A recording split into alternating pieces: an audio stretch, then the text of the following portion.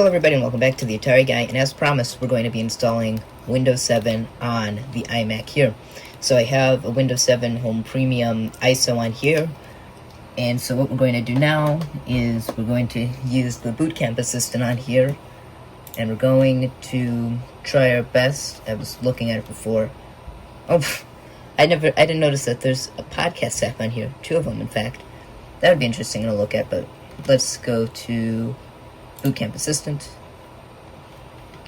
and install Windows 7. Of course, we've got the 7 ISO on here, and then we'll get the latest Windows support software.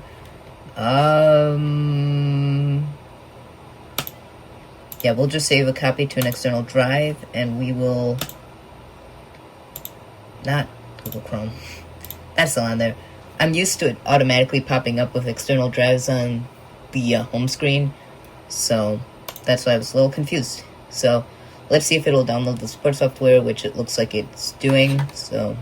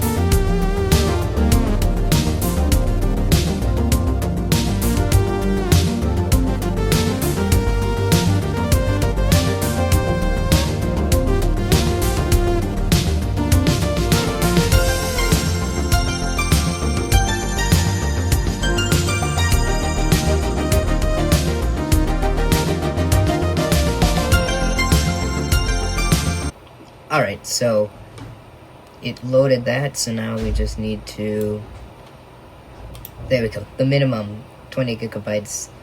Let's make it an even number. Let's go about 50, or how about we give Windows 200 gigabytes,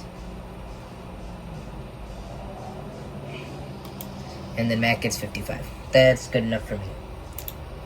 There we go. Install. So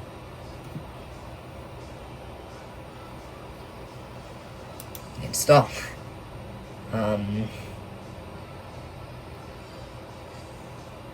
Okay. So let's see how it goes. Did it automatically detect my Windows thing and it's gonna automatically boot to that, or we'll have to see. Oh, the installer disk could not be found. Insert your Windows installer disk and wait a few minutes for a few seconds for the disk to be recognized. Is it expecting a physical disk? Because I don't have a physical disk. I was expecting it would work off of the USB. Let's try one more time and see if that works. Otherwise, I'll have to go on my other computer that has a DVD drive, because I was burning this USB from my Surface, because my Surface has a USB, and I'll have to copy over my ISO to USB because I don't want to download another ISO. Those take forever to download, usually.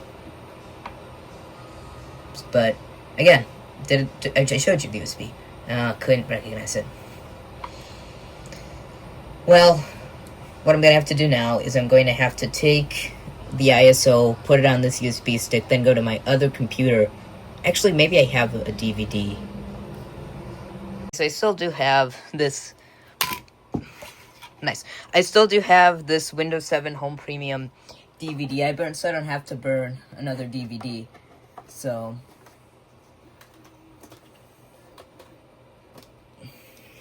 now it's complaining. This disc has Windows 7.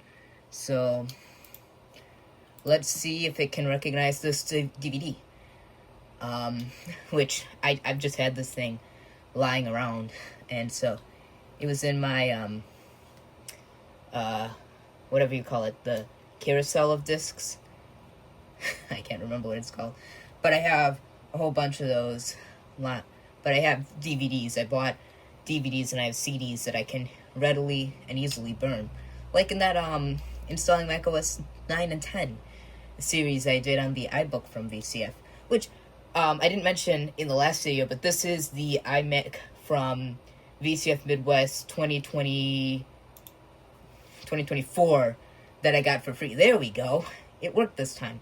And then I featured it in the other video. When I got it, this thing had Mojave, which there's a picture of it, I think, running Mojave. And so I used OpenCore partition or OpenCore boot patcher or whatever it is to put the latest version Sequoia on here. And now, of course, I downgraded this thing to Lion, and then now we're gonna have Windows 7 on here too, which Mojave actually I think ran pretty well with this thing, but again, that was a patcher too, but I didn't really use Mojave for long, so there we go. It rebooted, and so it's probably gonna automatically boot into Windows boot, Windows Boot Manager.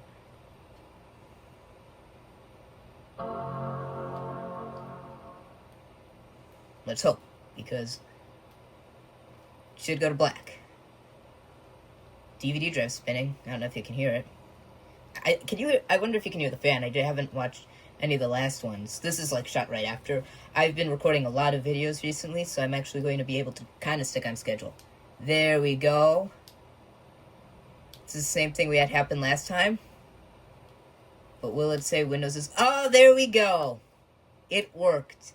If you remember last time, when we tried to install Windows Vista, all we got was the blinking cursor. And I did get this one time when I put a DVD in, which was a Windows Vista DVD, but it worked this time.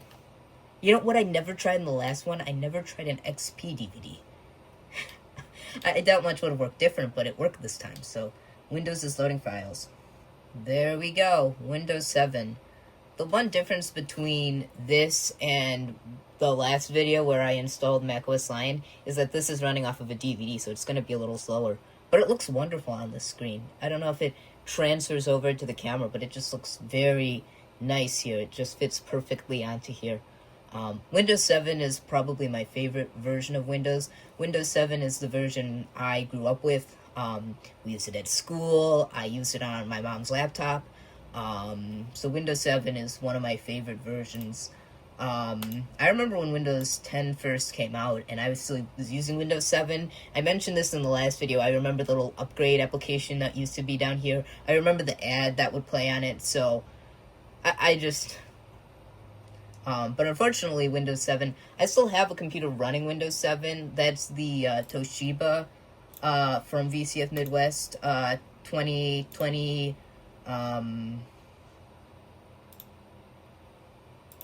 2020 whatever, from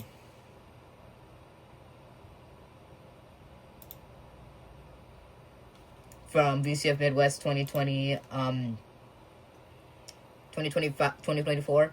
VCF Midwest 2025 hasn't happened yet, but VCF Midwest 2024, that computer, the Toshiba, I fixed it up, and I did do a repair video on that one, so I still have Windows 7 running on that. So it copied all the Windows files pretty quickly, so now we just have to wait. This is the longest time is expanding them.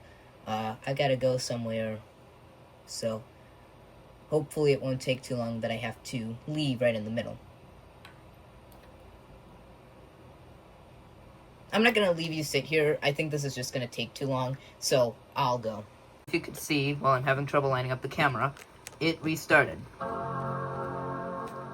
There we go.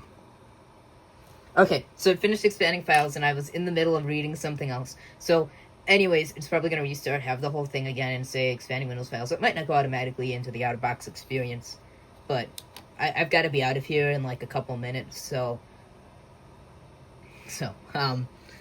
hopefully it doesn't take long. It'll just do the stuff. So I might come back and it'll skip a couple of things, but I think you understand how Windows 7 install. You probably installed Windows 7 yourself, and I installed Windows Vista on this channel before.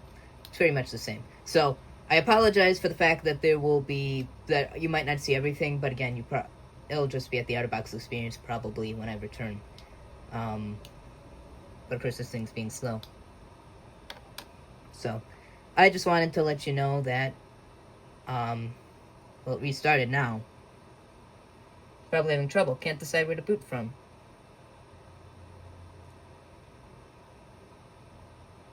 There we go. Starting Windows.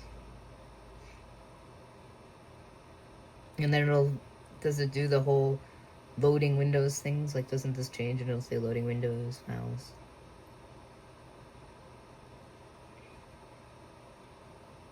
I believe it does. Yep, there we go. See, told you. So, whoa, that was quick. Yeah, there we go, completing installation. Like I said, it'll go back to this, and then it'll restart again. And then it'll have that, like, bar thing down there, right? That lights up and moves, and it'll say loading Windows stuff, or checking experience. I believe. That's some part of this process. I haven't installed Windows in a long time.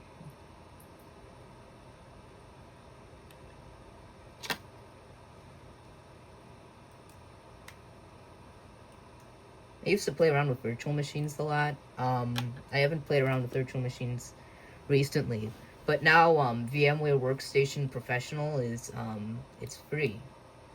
But I used it recently to install Windows 2000, and it doesn't have Windows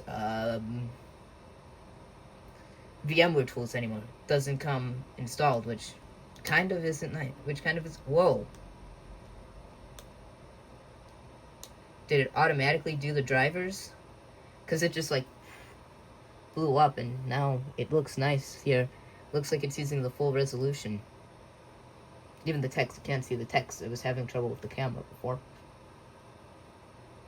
Oh, I had it zoomed out before. That's why everything fit on screen before, because I had it zoomed out. I'm recording with my iPhone now. I was running out of storage on my iPhone before, and I've used my Mac to edit these videos, so I can just copy photos from my Mac right onto my from my iPhone right onto my desktop using the iPhone mirroring on the Mac, which is really cool. But besides that, what else was I gonna say? Oh yeah, my iPhone before was running out of storage, and so now I have a newer iPhone, and I have double the storage, so I can have double the photos. So I'm actually gonna start going through photos, and I'll start recording back here. Since I plan on keeping some storage and going through photos and putting them onto my server, where they will just remain indefinitely. There we go. Setup will continue after restarting your computer. So hopefully we'll go right to the out-of-box experience. Because I probably have to go... All the clocks in here are out of time. Or at the wrong time. And my watch doesn't like to update. We probably have time. It'll go to the out-of-box experience. If it goes straight to the out-of-box experience, we've got time. Hopefully.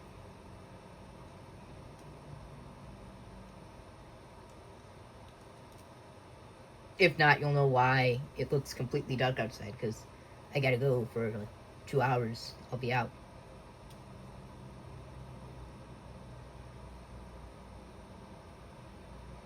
Also, if you've noticed on most of my videos, I kind of have been doing fast forwarding through it. Like I have the double speed on. Like the last video, I've only updated. The last video I've worked on has been installing Chrome OS Flex. I just uploaded that video this morning. I've been recording a lot of videos recently, so that one I have a lot of double speed. So this one too, and the last one of installing Chrome OS Flex. So or not installing Mac OS. So if you're wondering, I kind of have fun doing it. I think it's real fun doing it using Mac iMovie, because I have iMovie back. So I've decided I'm moving back to iMovie to edit my videos. There we go. I was right. And see, checking performance. So I prefer iMovie. I used to use iMovie to edit videos. Then I used Windows because I was having trouble with my Mac. And so now I have a newer Mac, and I'm able to do the stuff, and it works really great. So there we go, out-of-box experience. So we'll call this Matthew, and instead of calling it Matthew PC, because there's probably a Matthew PC on the network anyways, we'll call it Matthew iMac. This settled the dispute of what's better, Mac or PC. Password hint. If you remember from the last one, it's still going to be hint. Product key. Yes, that's right, product key. Okay, so activation worked, and probably going to have to do the same thing, call in, so Central Time, so Central America, Central Time, which should just update the time automatically, which is the wrong time. Which, the date's right, but the time's wrong.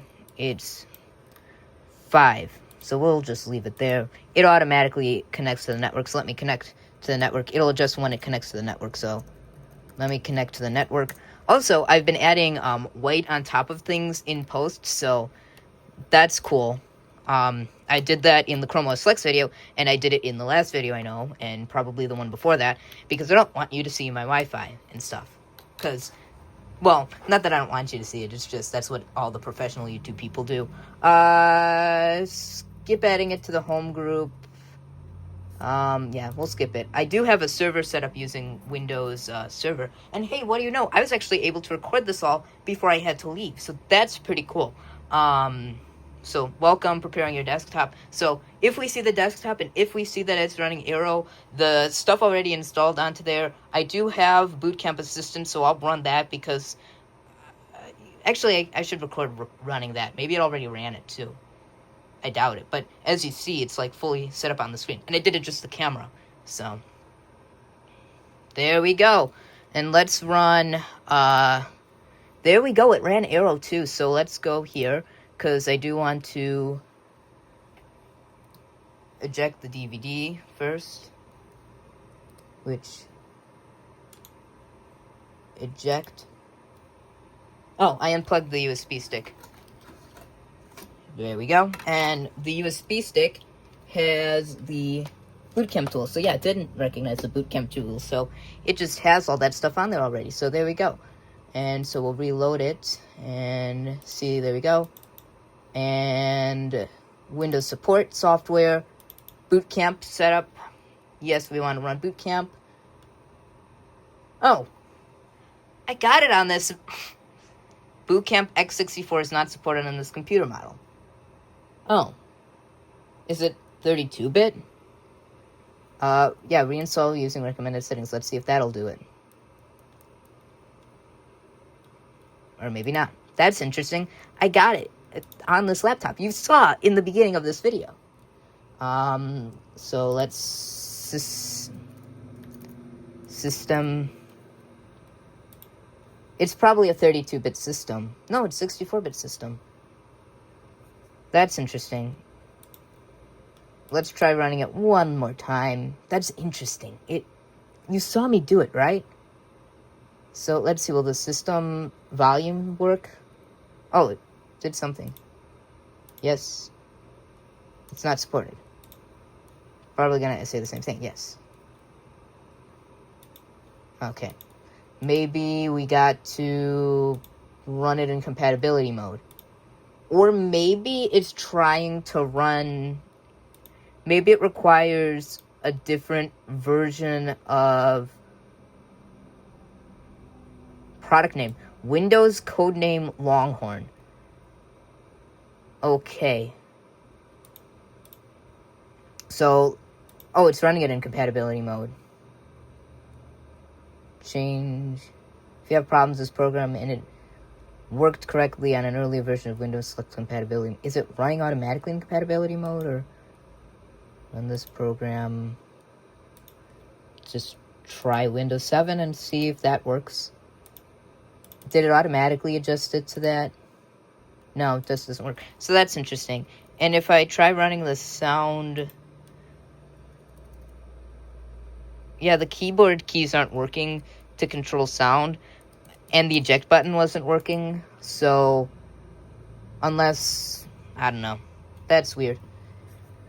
But I call that a success. It connected to the internet. It looks like it activated too. So, that's good. So, that's it for this episode.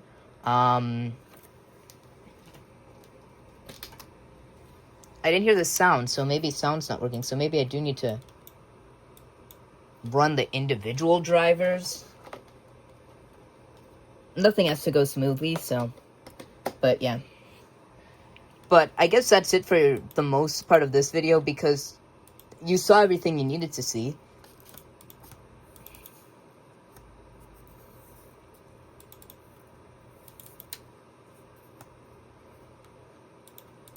So, that's it for today's episode. I'm gonna be working around, with this computer in the meantime. So, that's it for today's episode, and I will see you next time.